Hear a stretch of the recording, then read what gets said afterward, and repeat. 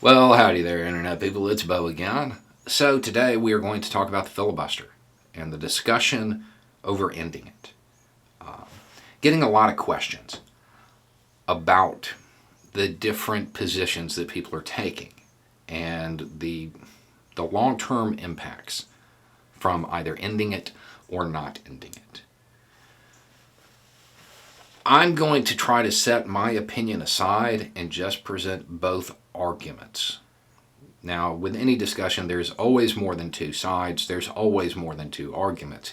In this case, though, when you strip away the historical context that gets used as talking points, at the end of the day, it's real politics.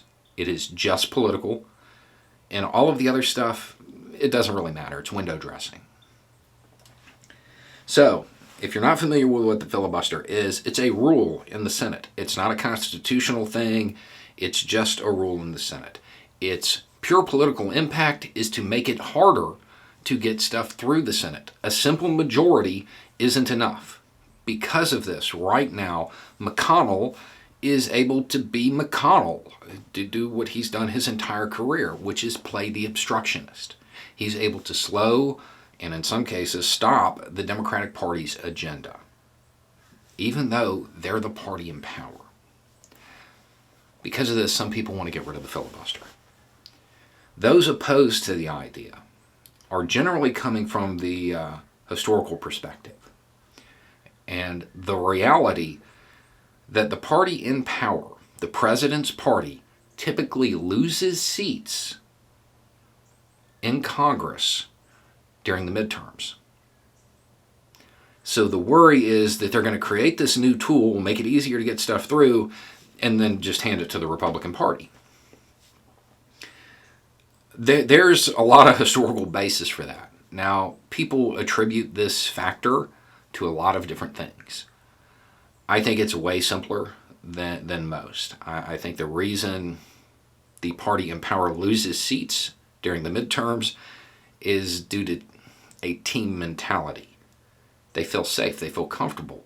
Their person is in power, their person is in the White House, so they don't show up for the midterms. And then they're surprised when their team loses seats. So that's their concern. Now, a follow-on concern from that side, the side that doesn't want to get rid of it, is that if they do, when the Republican Party eventually does take power again, they'll be able to push through legislation a lot faster, a lot easier.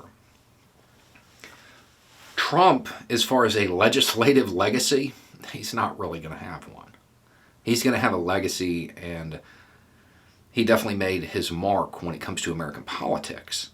But as far as things that he's going to accomplish that last, there's not going to be one, because he pretty much did everything through executive order, which means it's been really easy for the Biden administration to unwind a lot of what he's done. If he had been able to get it done through law, through legislation that went through the House and the Senate and was signed into law, executive order doesn't cut it. You can't undo it that way. So that's the other accompanying argument. These are the reasons to not get rid of the filibuster. The flip side to this is that it may be a self-fulfilling prophecy. The American people, those who showed up in pretty big numbers to get rid of Trump, they want results. And the Democratic Party is not delivering. It's not delivering what a lot of people want because they can't get it through the Senate. So, with that in mind, even those who normally might show up in the midterms, maybe they don't because they don't see the benefit. Democratic Party isn't doing what they said they're going to do anyway. They're not doing what I want them to do. They can't get anything through. If they were to get rid of the filibuster, they might be able to push through ambitious legislation that would guarantee them a win, that would guarantee a series of wins, to be honest. That's the other side of the coin. Now, I've made my opinion pretty clear on this in the past. I'm trying not to provide it today, but those are the two sides. And I think that if people are going to talk about this, you have to know where the other person's coming from. One is playing this conservatively, and one is going for the win. That's the difference. Now, realistically, my opinion aside, either way is a gamble. There isn't a guaranteed right answer here. It's politics. It's trying to make the right play. There's a lot of guesswork. So I'm not sure that people should be getting as emotional and as fiery over this topic as they are, because there's no way to know who's right, who is going to have the right take for a while. You're talking years. I think that if the Democratic Party doesn't move some pretty substantial legislation forward pretty quickly, they're going to have the issues in the midterms and probably in 2024.